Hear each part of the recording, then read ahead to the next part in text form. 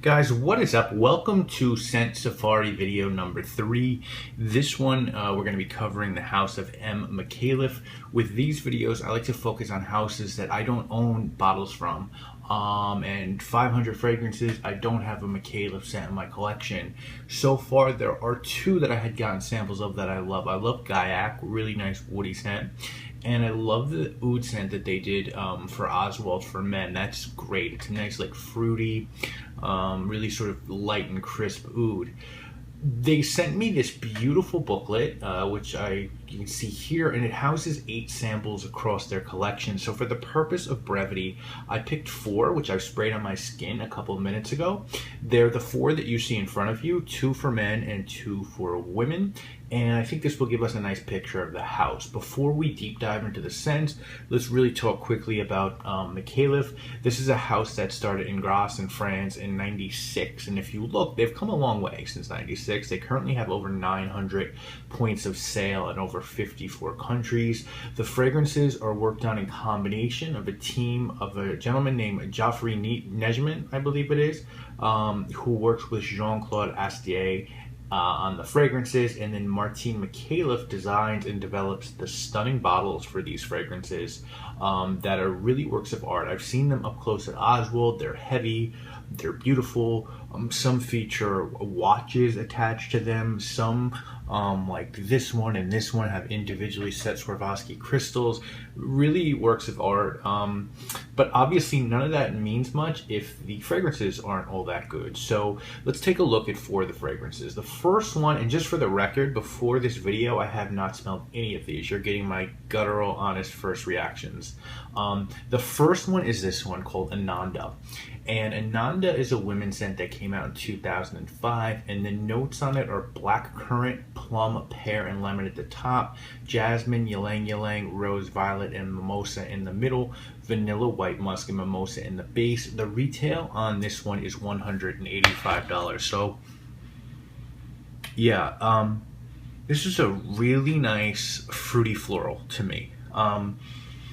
What I mainly get out of this is that plum, the black currant. I definitely get the pear. There's a nice hit of pear in there.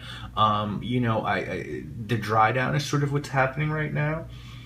And the ylang ylang is there. For me, ylang ylang happens to be very tropical in a lot of fragrances, and so that blends really well with the fruits here. You know, there's also a beautiful vanilla in the base, and that sort of blends with the nice white musk. This is a really nice fruity floral. So for women out there that are looking for a fruity floral, I definitely take a look at this one. It's really nice. It's also really refined. It's not loud or screechy. It's really well blended, and it's on the softer side, I would say. The second one we're going to look at is another one for women. We'll look at these 2, and then we'll look at our ones for men. This one is called Mon Parfum. This was a 2009 release, and the notes on this guy are African orange flower and mandarin orange at the top, vetiver, vanilla, and passion fruit in the middle, and in the base you've got musk, patchouli, and caramel. $225 retail for this one. I love fragrances with caramel. Okay, and so this one smells, I want to say, definitely more gourmand than Ananda. You know what, this one actually reminds me of a fragrance, a much better version of a fragrance called Lotus Santal by a company called Time. And a lot of people think that Lotus Santal smells a lot like Angel Parfum. I don't really see that. I think that this is better than both of those. I think this is really well done. I love the caramel in the base of this. I definitely pick up that mandarin orange and the vanilla. And you know what's really cool is the vanilla and the passion fruit. This is really good. It's really sweet, but it's not too sweet that it becomes cloying. It's just a really nice fragrance. I'm surprised there's not actually any sandalwood in this one. Because I get like a woody base. So another, I think, clearly good women's fragrance from them, Mon Parfum. The third one let's take a look at is called Jewel for him, and that's a 2011 release with notes of bergamot, pink pepper, and cardamom at the top. vetiver, patchouli, and cedar in the middle, and musk, benzoin, and incense, and moss in the base. Now this is actually the not the little this card for Jewel for Him. This is for Royal Vintage, but Jewel for Him is what I have sprayed on my arm, and this is the Jewel for Him little booklet. So this one, yeah, this one is great. Like, I really like this one. This is my favorite so far. Obviously, it's for men as well, but that grapefruit and bergamot, wow, it's nice. You get the pink pepper. I love pink pepper in fragrances, and the cardamom. This is really good. It's 179 euro, which is about 200 American dollars. But boy, this is like a really good suit and tie fragrance. I think it could be signature scent worthy. I think this is a fragrance you could wear year round. It's just like it's like a niche version of like a designer scent, and what I mean by that is it has a mass appeal to it. There's nothing in it that's too crazy. You know, you get the citruses at the top, and the citruses are accentuated by the pink pepper, a little bit of cardamom, but then you get a little bit of greenness with that vetiver. It's just something that like you could, a safe gift for a dad or a boyfriend. I like this one a lot. This one is called Jewel for Him. And then the final one I want to talk about is called Oud.